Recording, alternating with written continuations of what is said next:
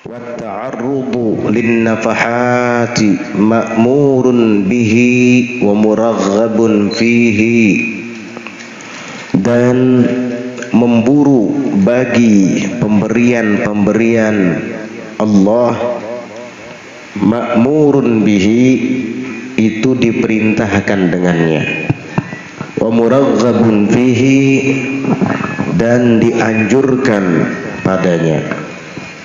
Artinya berburu, mencari-cari pemberian-pemberian Allah, anugerah-anugerah yang bersifat batin dari Allah, itu diperintahkan dan dianjurkan sekali.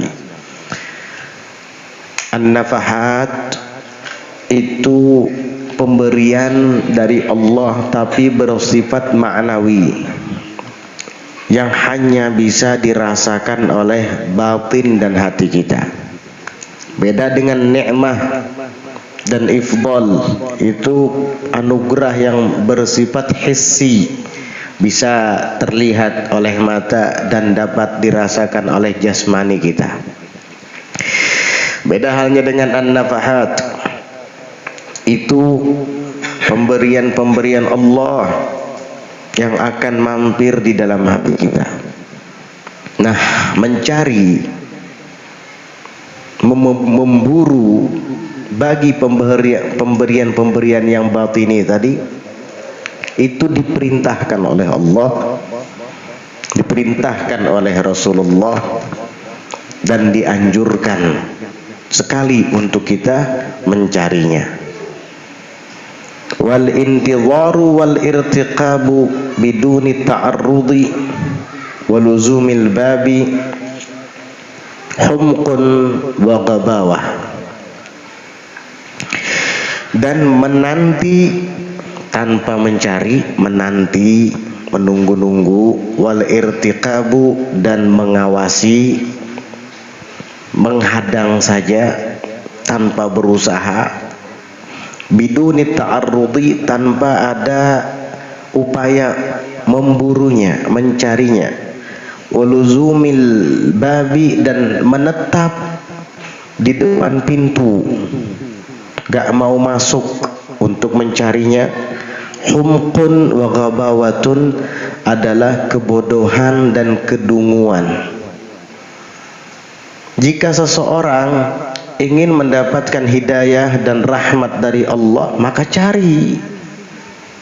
Jangan duduk di rumah menunggu datangnya hidayah dari Allah, atau menetap di depan pintu rahmat Allah tidak mau memasukinya. Yaitu kebodohan dan kedunguan. Bagaimana mungkin kamu mendapatkannya dengan hanya berdiam dan berpangku tangan? Kaifa, bagaimana mungkin? Waqad qala alaihi salatu wassalam, dan sungguh telah bersabda Rasulullah sallallahu alaihi wasallam, inna li rabbikum, sesungguhnya bagi Tuhan kalian, fi ayyami dahrikum, di hari-hari masa kalian, nafahatin, memiliki pemberian-pemberian. Allah Ta'ala memiliki pemberian-pemberian di setiap hari di masa kita berada.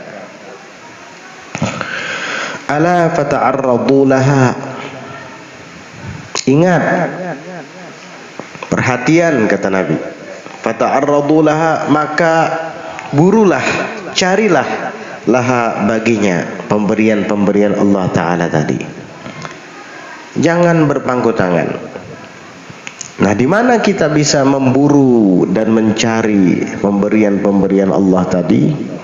Ya di tempat-tempat ibadah, di tempat-tempat berbuat taat, di tempat-tempat mendekatkan diri kepadanya.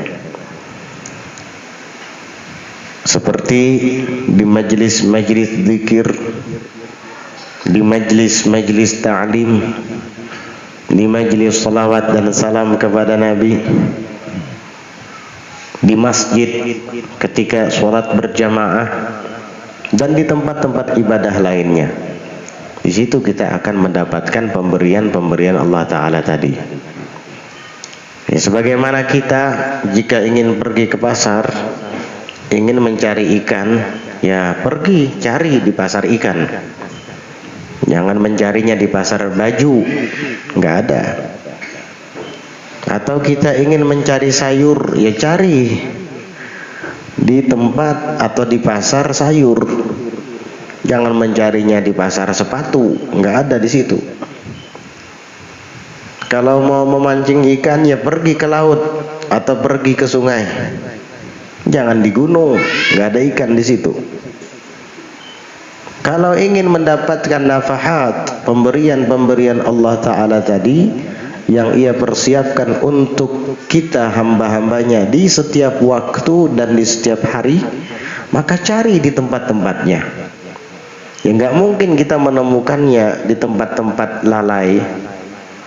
Tidak mungkin nafahat-nafahat pemberian Allah Ta'ala tadi kita temukan ketika menonton Piala Dunia. Nggak ada di situ. Di mana nafahat pemberian-pemberian Allah Ta'ala tadi? Ya di sini tempatnya. Di masjid ini, di majlis ta'lim ini, dan di majlis zikir ini. Kita sekarang berada di bait min buyutillah, rumah daripada rumahnya Allah. Kita sekarang berada di tempat yang paling dicintai oleh Allah, yaitu masjid. Dan kita sekarang berada di majelis ilmu yang merupakan taman-taman surga yang ada di dunia. Dan sebentar lagi kita bersama akan membaca Ratibul Haddad, yaitu majelis zikir yang juga disebut oleh Nabi sebagai taman daripada taman-taman surga yang ada di dunia. Berarti sangat besar peluang bagi kita dan kemungkinan untuk mendapatkan nafahat pemberian-pemberian Allah Ta'ala tadi. Di sini tempatnya.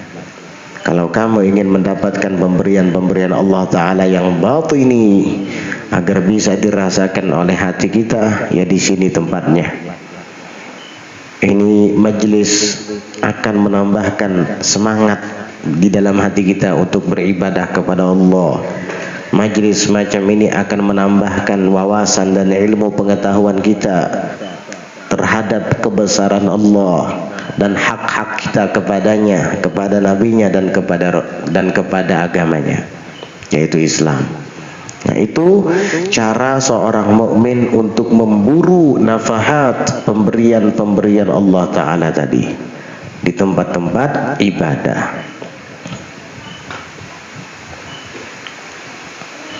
Jangan berpangku tangan dan duduk mengkhayal, berangan-angan, tapi tidak mau berusaha untuk mendapatkan pemberian-pemberian Allah Ta'ala itu. Nggak bisa. Makanya Rasulullah Sallallahu Alaihi Wasallam bersabda, Al-kayyisu man dana nafsahu wa amila lima ba'dal maut. Orang yang cerdas, orang yang pintar, siapa dia? Bukan profesor, bukan insinyur, bukan dokterandus, bukan orang-orang yang memiliki titel-titel akademisi, bukan. Orang yang kayyis, yang pandai, yang pintar itu man dana nafsahu, orang yang memperhitungkan dirinya. Ada juga yang memaknai man dana nafsahu adalah orang yang menundukkan nafsunya, sehingga ia tidak diajak oleh nafsu untuk meninggalkan ketaatan-ketaatan. Dia lawan.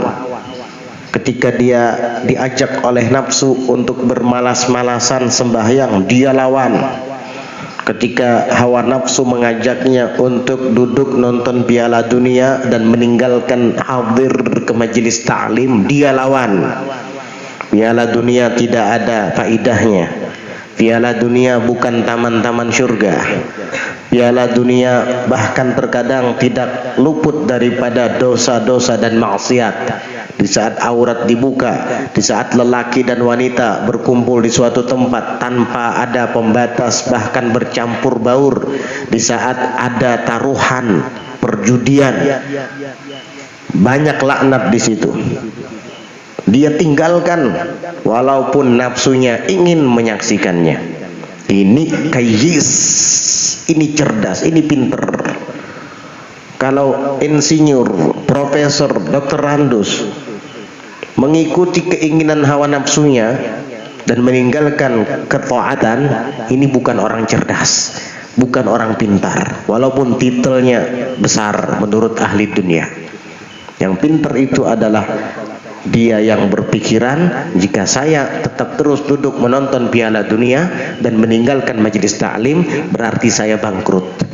Karena saya telah kehilangan banyak pahala, karena saya telah kehilangan banyak peluang untuk mendapatkan nafahat dari Allah, dan karena saya telah kehilangan taman-taman surga yang ada di dunia. Saya nggak mau. Dia tinggalkan itu Piala Dunia, dia tinggalkan itu meja biliar, dia tinggalkan itu tempat-tempat maksiat dan tempat-tempat dosa. Ini kayis wa amila, dan dia beramal lima ba'dal maut, untuk kehidupan setelah mati. Dia tahu bahwa kehidupannya di dunia ini sementara, tidak selama-lamanya, dan dia akan menghadapi kehidupan setelah mati, yaitu akhirat. Bekal apa yang sudah ia siapkan? Apa kira-kira yang akan ia bawa menuju perjalanan yang panjang itu? Ini kayis. Bukan hanya orang yang memikirkan tentang masa depan dunianya saja. Wah, kamu kalau tidak sekolah, tidak memiliki ijazah, tidak sampai ke perguruan tinggi, bagaimana nanti masa depan kamu? Bagaimana nanti kamu ngasih makan anak istri kamu? Emang kamu apa yang ngasih makan anak istri kamu? Lupa kamu dengan yang maha memberikan kamu rezeki, lupa dengan yang maha memberikan kamu kehidupan, memberikan kamu makanan sampai kamu dewasa saat ini. Sebelum kamu punya ijazah, kamu sudah makan minum. Apakah setelah kamu kemudian tidak memiliki ijazah, kamu tidak bisa makan minum lagi? Dari dulu sebelum ijazah ada, kamu sudah makan minum. Dari sebelum ada titel, kamu sudah bisa hidup dan menghirup udara segar. Lalai ini. Lalai, naudzubillah. Jadi kita jangan sampai dilalaikan oleh dunia tadi. Dia memikirkan kehidupan akhirat, dia mempersiapkan bekal untuk menghadapinya. Allah. Wal ajiz, dan orang yang lemah. Al ajiz, orang-orang yang lemah, orang yang dungu, lemah IQ-nya, lemah pemikirannya. Apa? Man atba'a nafsahu hawah, man atba'a nafsahu hawaha wa tamanna 'ala Allahil amani. Orang yang dungu, yang lemah, yang IQ-nya rendah, lupa dengan kehidupan akhirat. Masa depannya dia bukan masa depan, masa lalu itu sebenarnya. Karena dunia tidak akan dibawa mati. Masa depan kita tahun 2000 berapa? 2024, 2025, 2100. Itu bukan masa depan itu. Masa depan kamu tuh di sana di akhirat, itu masa depan. Kenapa dunia bukan masa depan? Karena dunia ini ada kesudahannya. Tidak selama-lamanya. Nanti kalau hancur, hilang sudah. Kalau hancur dunia, hancur juga masa depan kamu berarti. Nah, masa depan yang sebenarnya itu akhirat itu. Karena akhirat itu kekal. Akhirat itu kekal selama-lamanya.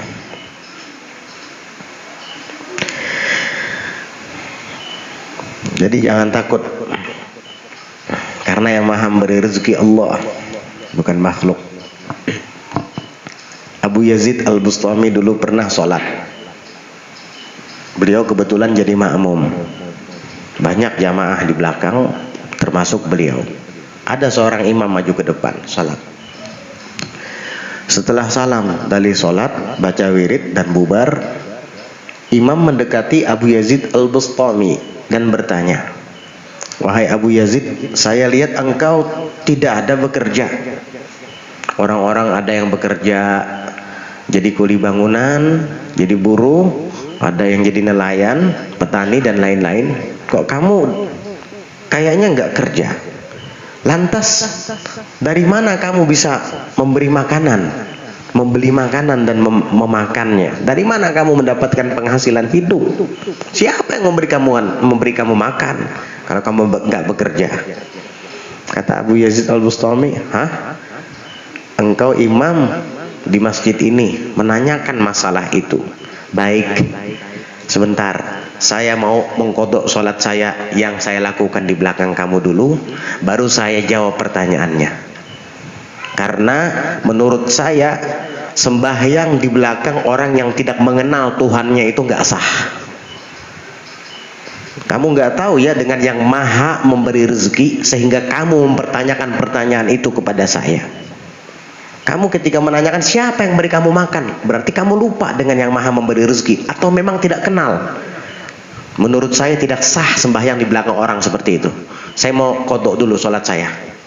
Saya nggak mau sholat di belakang kamu. Kalau kayak gini caranya. Diulangi sama Abu Yazid Al-Bustami. Dan tidak perlu dijawab lagi, sudah terjawab pertanyaannya. Itulah keadaan orang yang hidup di dunia saat ini. Itu di zaman Abu Yazid, apalagi di zaman kita. Banyak yang lupa dengan yang maha memberi rezeki, sehingga ia selalu risau dalam kehidupan, selalu cemas, takut kelaparan, takut kehilangan kerja. Akhirnya sholat dikorbankan, akhirnya ibadah ditinggalkan. Wal'iyadzubillah. Itu ajiz, dia ikuti kehendak hawa nafsunya, dia turuti kehendak hawa nafsunya, dia rela meninggalkan ibadah, rela meninggalkan kewajibannya kepada Allah demi mengikuti kehendak hawa nafsunya. Wa tamanna 'ala Allahil amani, dan ia berangan-angan kepada Allah, banyak cita-cita dan angan-angan. Allah nggak apa-apa lah, Allah maha pengampun, nggak apa-apa lah, Allah Ta'ala maha penerima taubat. Ya kalau kamu minta ampun, kalau kayak gini caranya minta ampun, kapan kamu minta ampun? Kalau kayak begini caranya, kapan kamu bertobat? Minta pengampun sih maha pengampun Allah Ta'ala, tapi pekerjaan kamu kayak gini, hanya menghayal, oh nanti ajalah. Allah Ta'ala kan maha pemberi karunia kepada hamba-hambanya. Kan Allah Ta'ala kalau menghendaki saya jadi wali saya. Tapi kamu nggak sholat, kamu nggak berzikir, nggak qiyamul lail, menghayal, ini bodoh ini. Kan di dalam ayat kemarin sudah disebutkan wasa'alaha sa'yaha.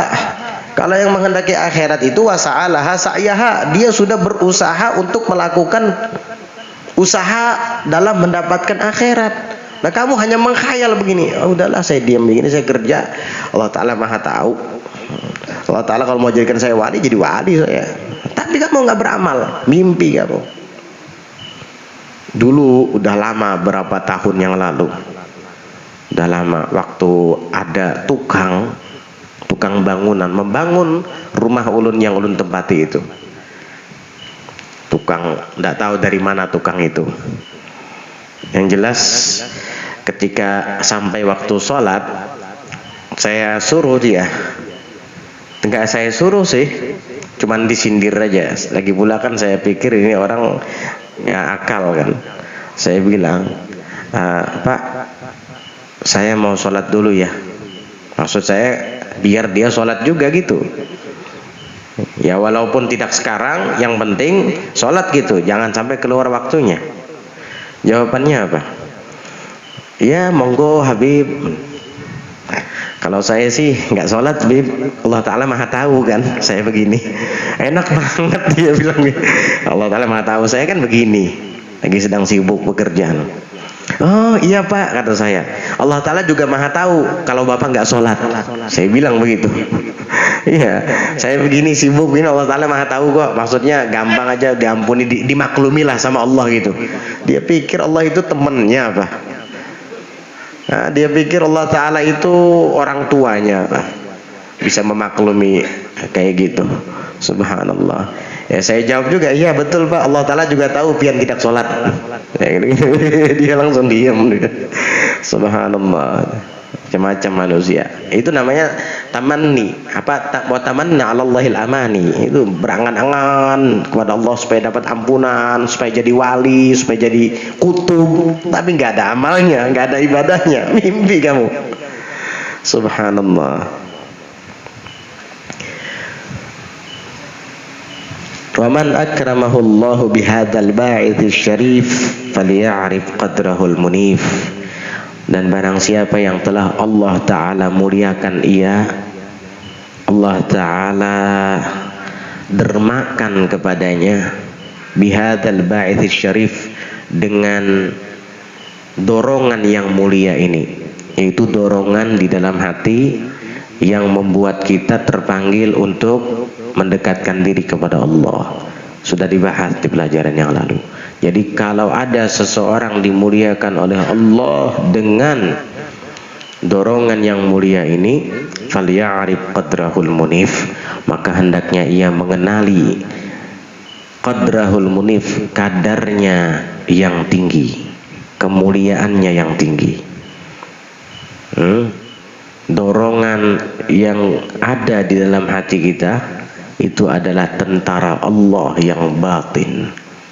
Karena dorongan itu kita terpanggil untuk ke majelis ta'lim. Karena dorongan yang ada di hati itu kita terpanggil untuk bertaubat kepada Allah dari dosa-dosa yang pernah diperbuat. Karena dorongan hati itu kita terpanggil untuk rajin ibadat, terpanggil untuk senang baca Al-Quran, terpanggil untuk senang baca sholawat kepada Nabi Sallallahu Alaihi Wasallam, berzikir kepada Allah dan lain-lain. Gak semua orang dapat itu. Maka hendaknya kita kenali kemuliaan dorongan tersebut, Al-Munif, yang maha tinggi. Wal ya'lam, dan hendaknya ia mengetahui, annahu, bahwasanya dorongan yang ada di hati untuk mengajak berbuat taat tadi, min a'zami ni'amillahi ta'ala alaih, termasuk yang paling agung di antara nikmat-nikmat Allah Ta'ala atasnya, allati la yuqaddaru qadruha, yang tidak dapat dinilai kemuliaannya, wala yublaghu syukruha, dan tidak dapat dijangkau untuk mensyukurinya. Kamu bersyukur sebisa mungkin, sebanyak mungkin, tetap tidak bisa menandingi kadar kemuliaan nikmat ini. Karena tidak semua orang yang dipanggil oleh Allah untuk melakukan ketaatan. Wa ma tasyauna illa ayyasha Allah, dan tidaklah kalian berkehendak melainkan Allah jualah yang maha berkehendak. Kehendak kita untuk hadir ke majelis ini itu berasal dari Allah, dan tidak semua mendapatkan itu. Warga Cekdam jika mendapatkan nikmat ini semuanya hibak masjid ini pian. Kada kawa pian duduk nangka ini. Kada ada lagi sela-sela di situ, nggak ada lagi. Tapi ini pun sudah luar biasa, alhamdulillah. Masya Allah, tabarakallah. Mudah-mudahan kita diistiqomahkan oleh Allah Ta'ala. Mudah-mudahan nikmat yang semacam ini selalu kekal abadi di dalam hati kita. Amin ya rabbal alamin. Falyubaligh fi syukrillahi ta'ala ala ma manahahu wa aulah, maka hendaknya ia bersungguh-sungguh dalam bersyukur kepada Allah Ta'ala ala ma manahahu wa aulah, atas apa yang telah Allah berikan akan dia, wa aulahu, dan yang telah Allah Ta'ala karuniakan kepadanya, wa khassahu, dan yang telah Allah khususkan ia bihi, dengannya al-ba'its tadi, dorongan, panggilan, mengajak kepada kebaikan. Min baini ashkalihi wa aqranih, dari kalangan atau dari antara orang-orang yang sebaya dengannya atau yang semisal dengannya, wa aqranihi, dan teman-temannya. Artinya dari sekian banyak kawan-kawan yang sebaya semisal dengan dia, tidak semua mendapatkan karunia ini, tetapi dia mendapatkannya. Syukuri nikmat ini. Ini kita alhamdulillah dapat al-ba'its malam ini.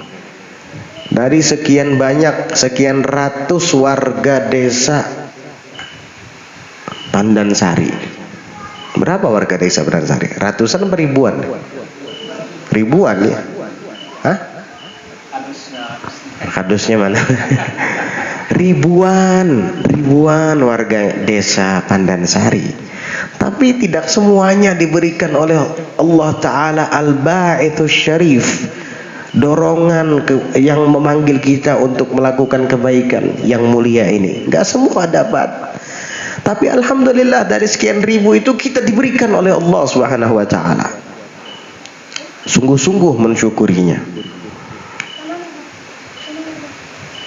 Fakam min muslimin balagha umruhu thamanina sanatan. Maka betapa banyak dari kalangan orang Islam yang usianya itu sampai 80 tahun wa aktsara, dan bahkan lebih. Lam yajid hadzal ba'itha, ia tidak menemukan dorongan ini. Betapa banyak sudah orang yang usianya bahkan sampai 80 tahun enggak mendapatkan pemberian ini. Buktinya bukan malah tambah dekat kepada Allah semakin tua usianya, malah tambah jauh, malah menjadi tua-tua keladi, makin tua makin jadi. Ya Allah, tidak malu dengan ubannya. Dari dulu nyambung ayam, mulai dari rambut hitam sampai putih masih nyambung ayam.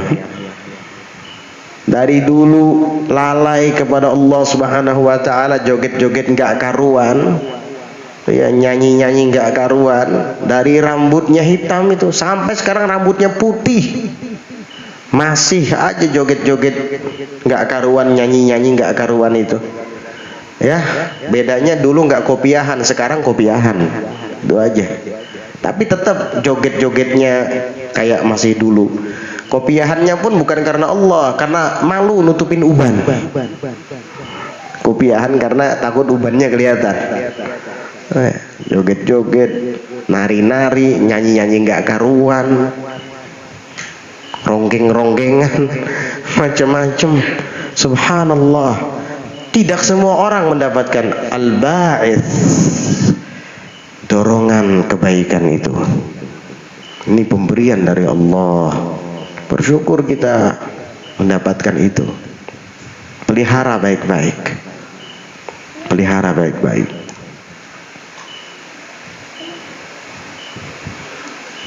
Walam yatrukhu yauman minad dahri. Dan betapa banyak tadi orang yang usianya umurnya 80 tahun bahkan lebih tidak menemukan, tidak mendapati dorongan ini. Walam yatrukhu, dan tidak pernah mengetuknya. Dorongan tadi tidak pernah mengetuknya, mengetuk hatinya. Yauman minad dahri, satu hari saja daripada masanya. Ada yang kayak gitu, nggak dapat hidayah. Acuh tak acuh, seolah-olah dia tidak akan mati.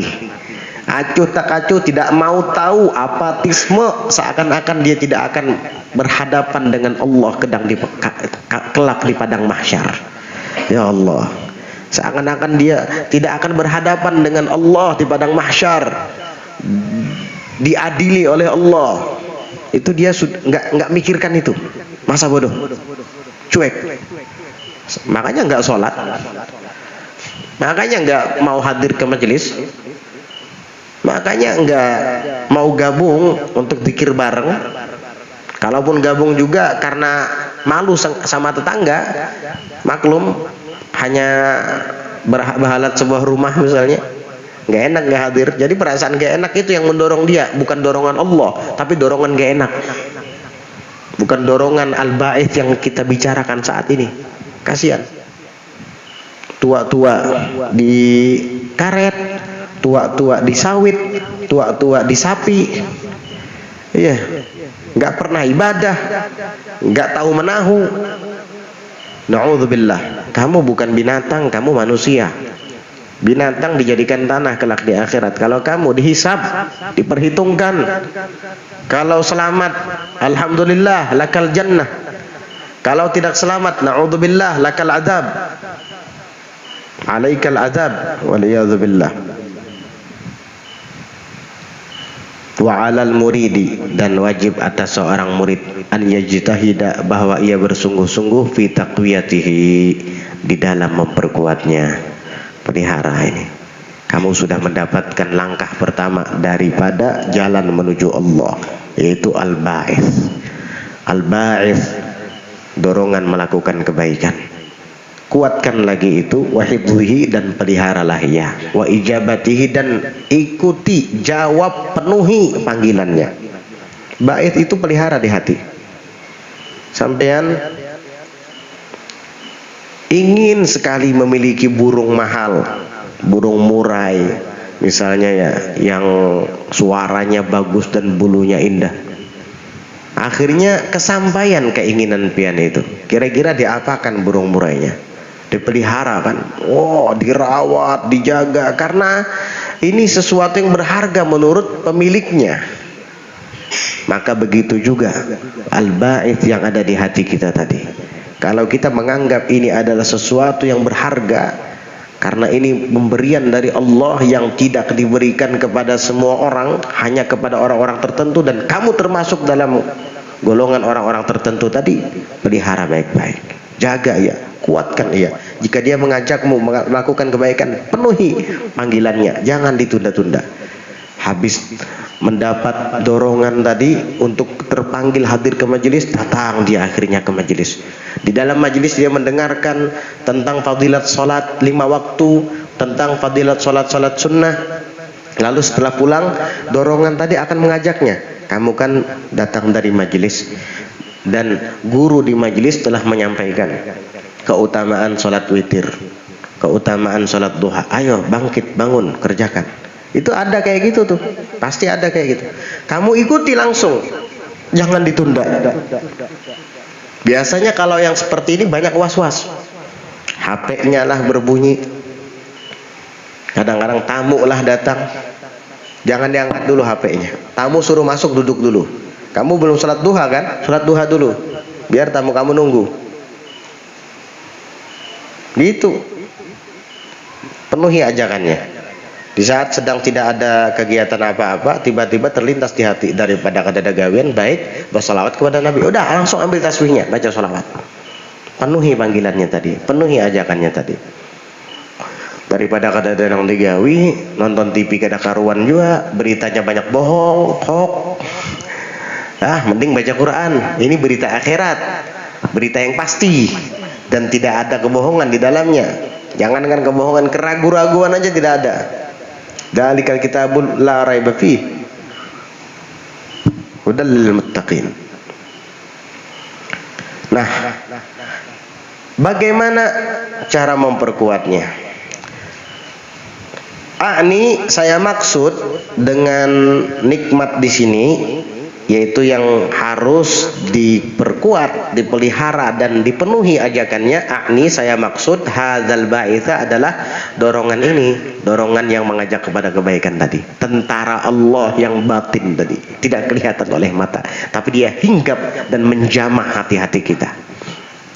Nah, ini kata beliau, pelihara, perkuat, dan ikuti keinginannya. Itu yang saya maksud. Nah, bagaimana cara memperkuatnya? Fataqwiyatuhu bidzikri lillah. Maka memperkuatnya adalah dengan berzikir kepada Allah. Kalau kita rajin berzikir kepada Allah, pemberian itu tambah kuat di hati kita. Zikir kepada Allah itu laksana pupuk bagi dorongan tersebut. Tanaman kalau dipupuk tambah subur, daunnya tambah hijau, dan cepat berbuah lagi. Nah, buahnya itu yang akan kita nikmati nantinya. Diangkatnya segala hijab, sehingga kita dapat menyaksikan yang tidak dapat disaksikan oleh orang-orang yang terhijab. Kuatkan dengan zikir kepada Allah. Wirid, banyaki baca wiridan. Harus punya wiridan kita setiap hari itu apa? Rutinkan. Ratibul Haddad, baca Ratibul Haddad. Jangan setiap malam Jumat aja baca Ratibul Haddad. Kalau ada kesibukan, qadha nanti tengah malam. Apalagi Ratibul Attas misalnya, wirdul latif misalnya. Apa saja wirid. Kalau kita punya wirid, maka kita akan mendapatkan waridat. Nah, waridat ini apa lagi?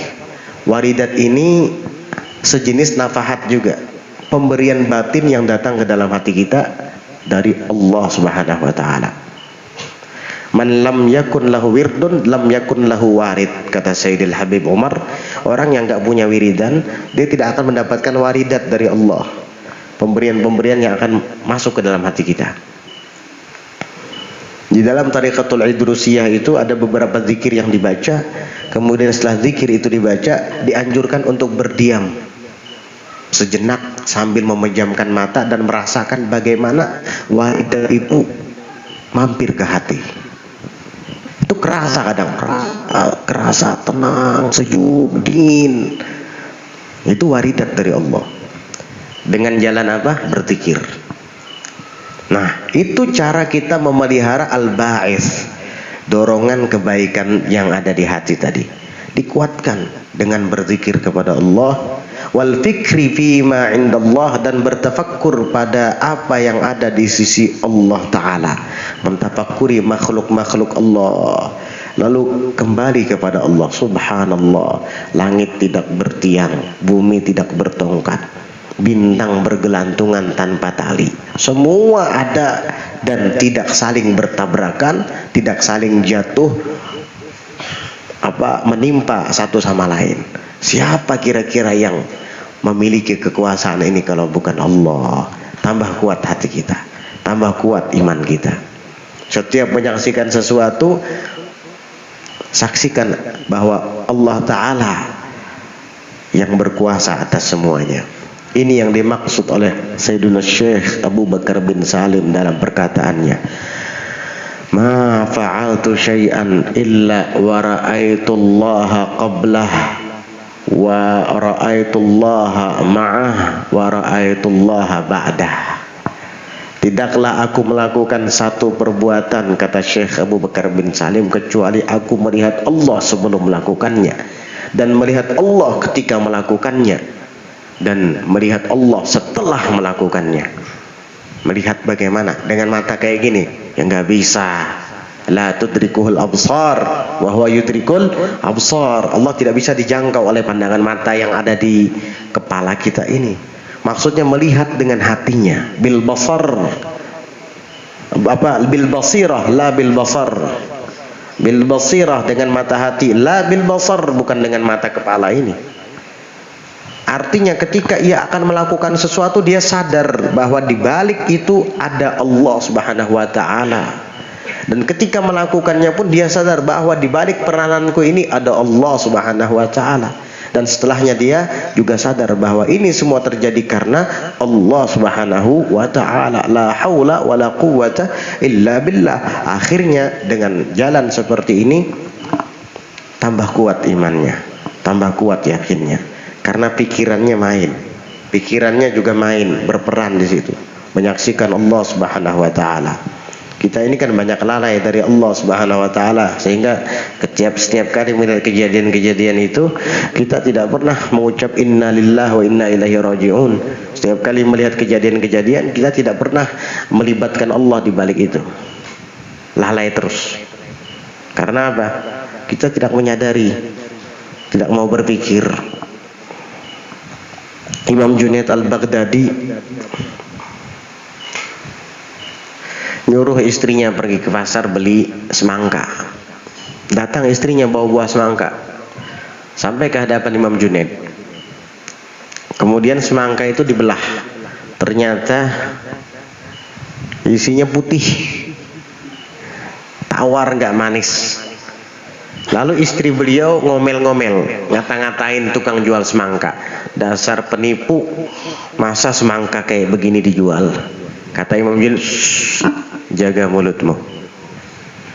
Tahu nggak, yang jualan semangka, kita yang beli semangka ini pengen semangkanya merah kan, bagus, manis. Iya, kata istrinya. Itu yang jualan semangka juga pengen jualannya itu bagus dan isinya merah. Nah, tukang jual semangka itu ngambil semangka di tukang kebun. Tukang kebun pun ketika menanam bibit semangka itu dia juga pengen kualitas semangkanya itu bagus, merah dan manis. Tapi yang menghendaki ini semua siapa? Tuhan, pencipta semangka. Jadi kalau kamu mencela orang tadi, pada hakikatnya kamu mencela Tuhanmu sendiri. Akhirnya terdiam istri beliau. Dapat didikan dari suaminya yang soleh. Coba kalau Imam Junaid bukan orang soleh, ihle dasar penipu, burikan. Nah, untung lakinya orang soleh juga, bahkan imam. Ada beliau itu yang nanam bibit semangka itu pasti pengen hasil panennya nanti bagus. Ada nggak orang nanam bibit tanaman nggak mau hasilnya bagus? Ada? Nggak ada. Semua ingin bagus hasilnya. Capek-capek pasti pengen bagus. Semua begitu. Dah yang jualan, yang beli dari tukang kebun lalu jual semangka, dia juga pengen jualannya bagus. Yang membeli pun pengen barang yang dibelinya dari tukang jual semangka tadi juga bagus. Tapi Allah Ta'ala menghendaki tidak, ya sudah. Nah, ini tafakkur, kita punya pikiran, ingat Allah Ta'ala di situ. Allah wal mujalasati li ahlillah, dan cara memperkuat dan memelihara bait tadi banyak dan sering-sering duduk dengan ahlillah, orang-orang yang dekat dengan Allah, orang-orang soleh. Jadikan teman dudukmu mereka, biasakan bergabung dengan kelompok mereka, ahlillah, orang-orang yang dekat dengan Allah. Sampai-sampai dikatakan orang-orang yang dekat dengan Allah itu disebut dengan ahlillah, keluarganya Allah. Orang kalau sudah dekat dengan kita anggap keluarga nggak? Kan begitu biasa. Ini sudah kayak keluarga. Nah, orang yang sering dekat dengan Allah karena dia terus-terusan berzikir, iya, akhirnya dekat dengan Allah. Makanya disebut ahlullah, itu keluarganya Allah. Subhanallah. Wa hifdhuhu, dan memeliharanya al-ba'ith tadi bil bu'di an mujalasatil mahjubin, itu dengan menjauhi daripada duduk bareng dengan orang-orang yang terhijab. Kamu jangan duduk-duduk dengan orang-orang yang lalai. Kalau kamu duduk dengan mereka, kamu kehilangan nanti ba'ith itu, lari dari kamu nanti. Tadinya ahli ibadat, hatinya selalu tertarik dan terdorong untuk hadir ke majelis, menuntut ilmu agama dan beramal soleh, lalu duduk bareng dengan orang-orang yang lalai, dengan orang-orang yang lupa, yang terhijab dari Allah, itu dorongan kebaikan yang ada di dalam hatinya akan hilang nanti. Akhirnya dia kembali lagi ke asal, kembali lagi ke habitat semula. Karena apa? Duduk dengan orang-orang mahjubin.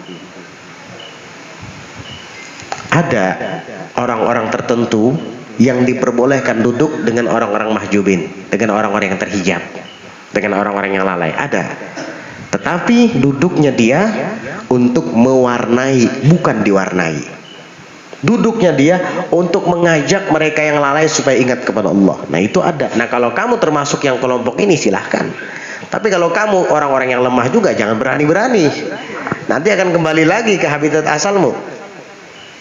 Nggak punya power, lemah, kembali lagi seperti semula. Waliyadzubillah. Jadi begitu. Dan wal i'radi an waswasati syayatin, dan berpaling daripada waswasnya setan-setan. Ini cara memelihara hati. Setan itu banyak waswasnya, baik itu setan manusia atau setan yang ada di hati, yang tidak terlihat. Kalau setan manusia mau waswasi kita, ngapain kamu ke majelis? Mending gak usah. Loh, kenapa? Kalau ke majelis kamu nanti tahu dihukum. Akhirnya kalau kamu tahu dihukum, kamu melanggar, dosa kamu.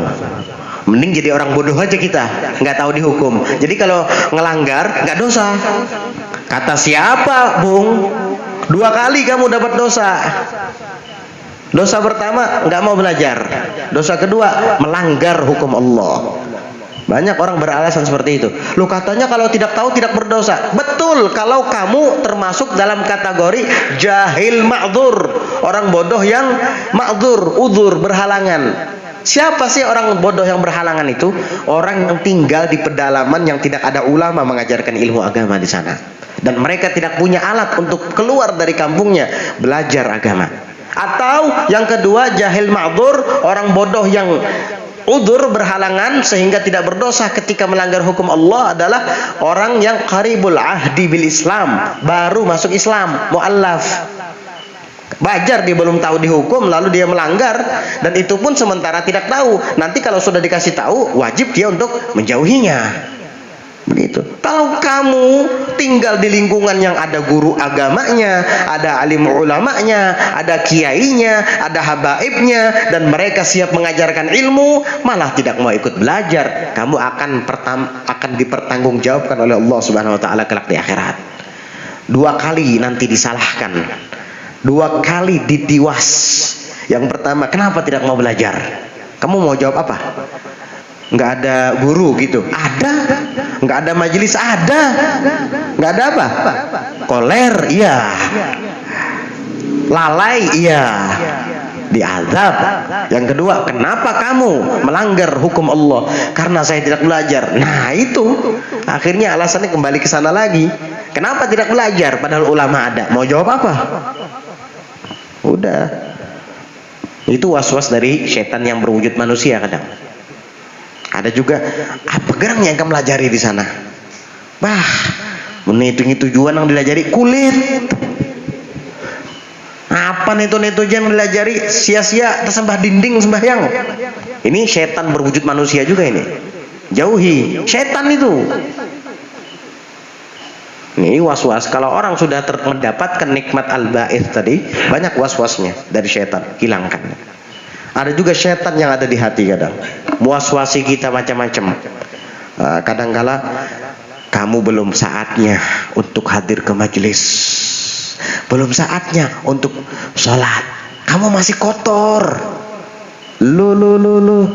Justru kalau kotor itu disuruh sholat biar bersih, disuruh hadir ke majelis biar paham. Itu hati kadang ada yang kayak gitu. Ya akhirnya, umpatkah ke majelis? Aku rasa ada pantas. Kapan pantas? Mau kapan nunggu pantas? Kapan? Kita semua yang ada di sini, yang hadir ke majelis ini orang-orang yang tidak pantas sebenarnya. Makanya supaya pantas hadir ke majelis.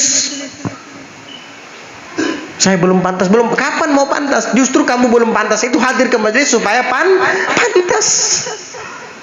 Itu was-was setan juga. Setan itu dari setan itu, tahu nggak? Kalau ada pemikiran dan perasaan seperti itu di hati kita, berarti ada setan bersarang di hati kita. Hilangkan itu. Saya nggak layak hadir ke majelis sana. Kenapa nggak layak? Nggak tahu saya banyak dosa. Justru banyak dosa hadir ke majelis, biar dosanya runtuh, biar dosanya dihapus. Berapa langkah yang kamu langkahkan untuk hadir ke majelis, maka hasanat akan Allah Ta'ala catat dan sayyiat akan Allah Ta'ala hapus. Ayo, berapa langkah dari rumah ke sini? 100 dosa hilang, 100 kebajikan dicatat oleh Allah. Belum lagi duduk di majelis taklimnya, belum lagi pahala duduk di majelis taklimnya yang lebih afdol daripada menghadiri 1000 jenazah, yang lebih afdol daripada membesuk 1000 orang yang sakit, yang lebih afdol bahkan daripada sholat sunnah 1000 rakaat. Ayo hadir ke majelis. Kamu tidak layak, hadir ke majelis agar jadi orang yang layak. Kamu merasa tidak pantas, lawan setan yang ada di dalam hatimu, hadir ke majelis, kamu akan menjadi orang yang pantas. Ya kita ini semuanya tadinya bukan orang-orang yang pantas hadir ke majelis. Saya pun duduk di sini mengajar tidak pantas sebenarnya. Tapi karena melawan perasaan was-was dari setan tadi, alhamdulillah sedikit banyak kita mendapatkan ilmu pengetahuan. Kita mendapatkan teguran-teguran, terutama ulun pribadi dan kita semua yang berhadir di sini. Begitu caranya. Itu was-was syaitan yang ada di hati. Macam-macam. Wa ijabatuhu, dan memeliharanya juga adalah dengan ijabatuhu, memenuhinya, bi an yubadira bil inabati ilallah ta'ala, dengan bersegera dengan kembali kepada Allah Ta'ala. Jangan balalewa, jangan balalakun, kata orang Banjar. Jangan lalai, langsung jawab panggilannya. Wa yasduqa fil iqbali ala Allah, dan bersungguh-sungguh di dalam menghadap kepada Allah. Wala yatawana, dan tidak berlambat-lambat. Yatawana balalewa, ya itu balalewa, berlambat-lambat, berlena-lena. Wala yatawana, dan jangan berlena-lena, jangan berlambat-lambat. Wala yusawwifa, dan jangan menunda-nunda. Wala yatabata'a, sama, dan jangan berlambat-lambat. Wala yuakhira, dan jangan mengakhir-akhirkan. Waqad amkanathul fursatu falyantahizha, dan sungguh telah memungkinkannya kesempatan, maka hendaknya ia menggunakannya. Kesempatan ada, badan sehat. Nanti kalau sudah sakit kamu nggak bisa lagi seperti ini. Waktunya ada kosong. Nanti kalau kamu sudah sibuk, kamu nggak bisa. Kendaraannya ada, alhamdulillah. Manfaatkan itu, gunakan itu. Lawan hawa nafsu. Singkirkan was-was syaitan yang ada di dalam hati kita tadi. Itu yang disebut dengan mujahadah. Hidup itu harus mujahadah. Mujahadah, perjuangan, berjuang melawan syaitan, berjuang melawan hawa nafsu, berjuang melawan dunia. Mujahadah. Alladzina jahadu fina lanahdiyannahum subulana. Orang-orang yang berjalan bermujahadah, yang bersungguh-sungguh berjuang di jalan kami akan tunjukkan bagi mereka jalan-jalan kami. Allah bukakan futuh bagi kita. Mujahadah, lawan. Wa futiha lahul babu falyadkhul, dan sungguh telah dibukakan baginya pintu. Buktinya al-ba'its tadi dititipkan di hati kita, berarti pintu Allah dibuka untuk kita. Ayo masuk. Masuk. Jangan berlambat. Wada'ahu da'i falyusri', dan dia telah dipanggil oleh seruan, panggilan, falyusri', ayo, maka hendaknya dia mempercepat. Wal yahdhar, dan hati-hati, min ghadin ba'da ghadin, daripada menunda-nunda dari besok setelah besok. Besok aja, besok aja, besok aja, besok aja, mati akhirnya nggak ada besok lagi. Ya ada istilah haur-hauran. Nggak ada istilah sibuk. Sampai mati nggak ada sibuk, nggak habis-habis sibuk itu. Semua orang yang hidup di dunia ini sibuk, tapi ada yang sibuk dengan dunia, ada yang sibuk dengan akhirat. Jadilah engkau sebagai orang yang sibuk dengan akhirat. Ada yang sibuk dengan piala dunia, lupa dengan piala akhirat. Jadilah engkau sebagai orang yang sibuk dengan piala akhirat. Ada yang sibuk dengan setan-setan dan iblisnya, ada yang sibuk dengan Tuhannya Allah Subhanahu wa taala. Jadilah engkau sebagai orang-orang yang sibuk dengan Allah Subhanahu wa taala. Ya Rabb. Fa inna dzalika min amali syaitan, maka sesungguhnya itu termasuk daripada amal syaitan, perbuatan syaitan, menunda-nunda besok. Wal yuqbil, dan hendaknya ia menghadap kepada Allah. Wala yatathabbat, dan jangan yatathabbat, yaitu tadi tidak semangat, kurang. Yatathabbat itu merosot, jangan sampai merosot. Ayo menghadap kepada Allah, jangan sampai merosot. Kendor, jangan sampai kendor. Wala yatathabbat, kendor, merosot, jangan. Menghadap kepada Allah. Wala yata'allal, dan jangan beralasan bi'adamil faraghi wa adamis salahiyah. Ini dia yang kita bahas tadi. Jangan beralasan tidak ada waktu kosong, sibuk. Sampai mati sibuk terus, karena memang dunia ini tempat sibuk. Cuman kesibukannya ada yang karena Allah, ada yang karena setan, dunia, iblis, dan lain-lain. Nah, kamu harus jadi orang yang sibuk dengan Allah. Begitu. Jangan ta'allal, beralasan dengan tidak ada waktu kosong, bi'adamil farak, dengan tidak adanya waktu luang. Ya, sibuk terus. Wa adamis salahiyah, dan tidak adanya kepantasan. Saya belum pantas, saya tidak layak hadir ke majelis, saya belum pantas untuk sholat, belum layak. Lu sampai mati kamu nggak layak-layak, nggak pantas-pantas. Justru kalau kamu merasa tidak pantas untuk sholat, bawa sholat supaya jadi orang yang pantas. Jika kamu merasa tidak layak dan tidak pantas hadir ke majelis, hadiri majelis supaya kamu menjadi orang yang layak dan pantas. Begitu. Kalau kamu tidak merasa pantas lalu nggak mau hadir, ya nggak pantas-pantas. Kamu ingin berenang, ingin bisa berenang, iya, saya belum pantas untuk berenang. Kalau kamu tidak berenang, nggak pantas-pantas kamu berenang. Maksudnya nggak bisa kamu berenang.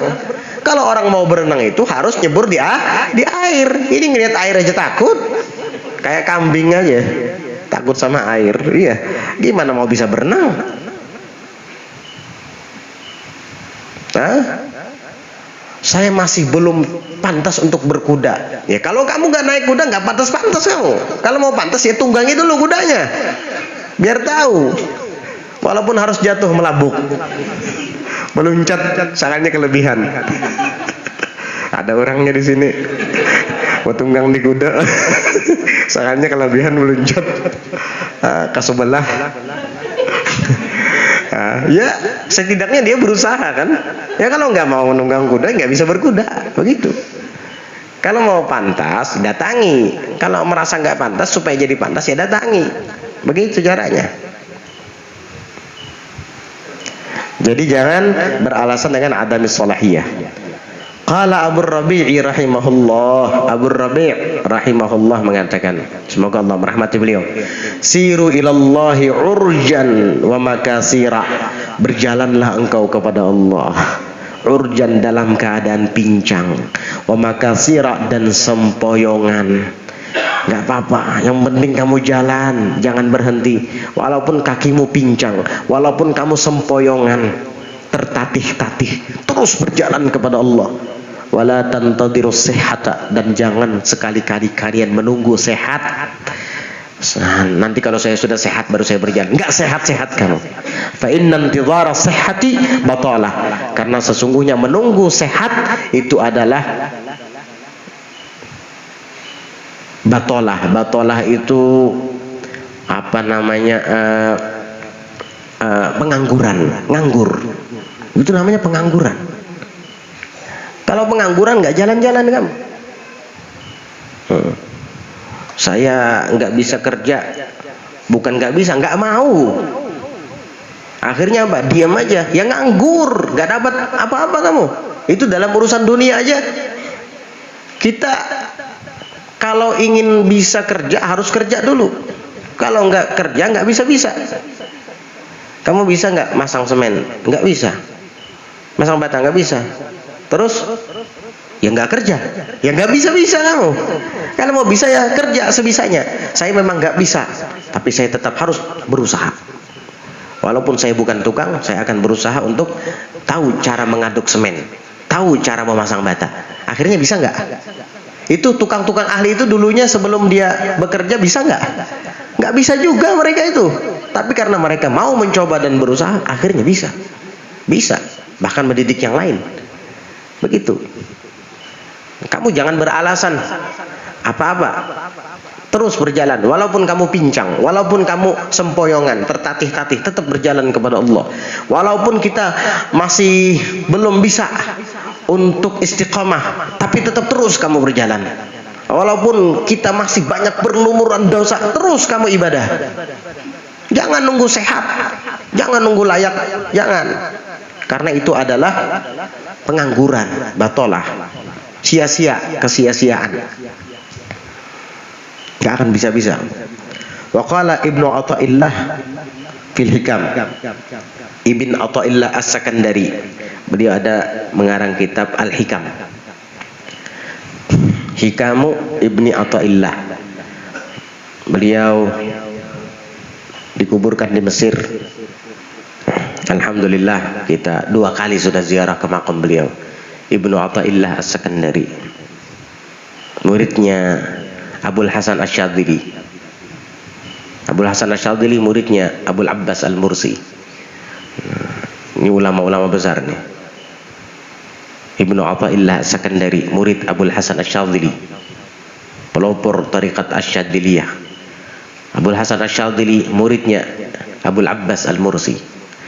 Abul Abbas Al-Mursi, beliau yang pernah mengatakan, wallahi law ghaba anni Rasulullah sallallahu alaihi wasallam tarfata ainin ma'adattu nafsi minal muslimin. Demi Allah, seandainya Rasulullah hilang dari pandanganku walau sekejap, aku tidak menganggap diriku ini orang muslim. Radhiyallahu anhu wa nafa'ana bih.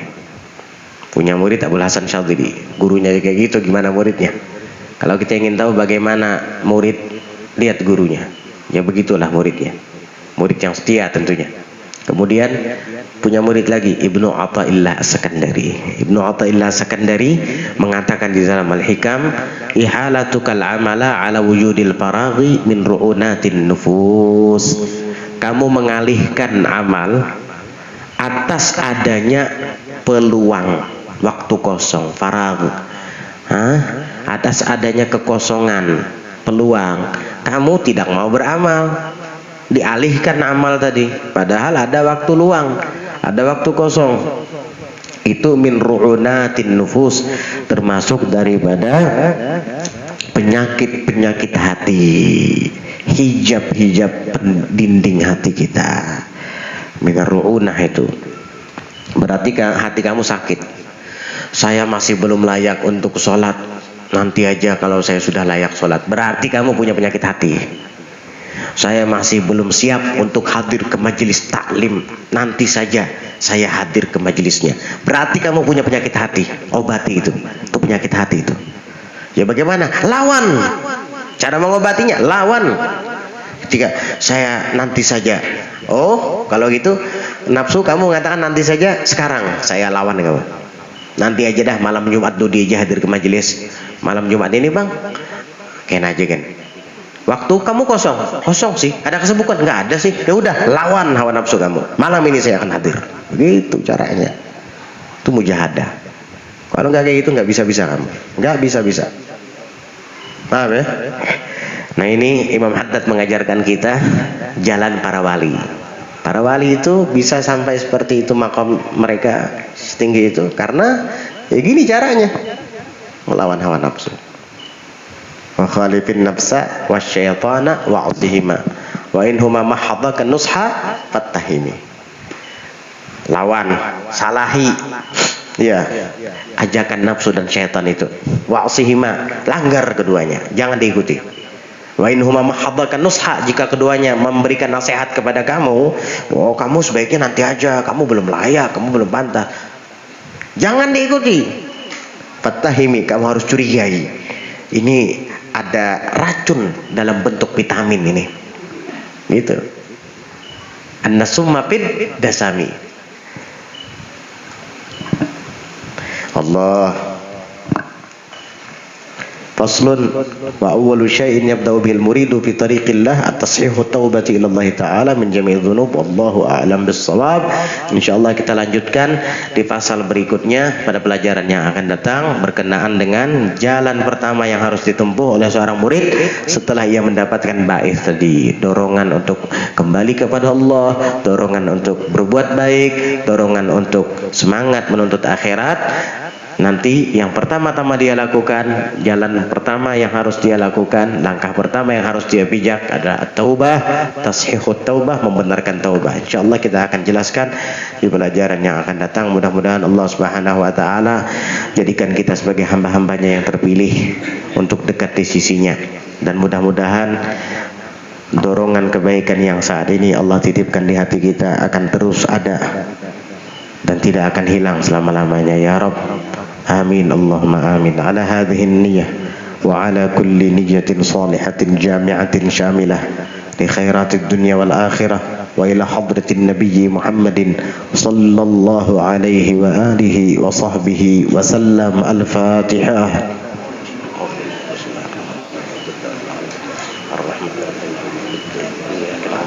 نستعين الصراط المستقيم صراط الذين أنعمت عليهم غير المغضوب عليهم ولا الضالين آمين.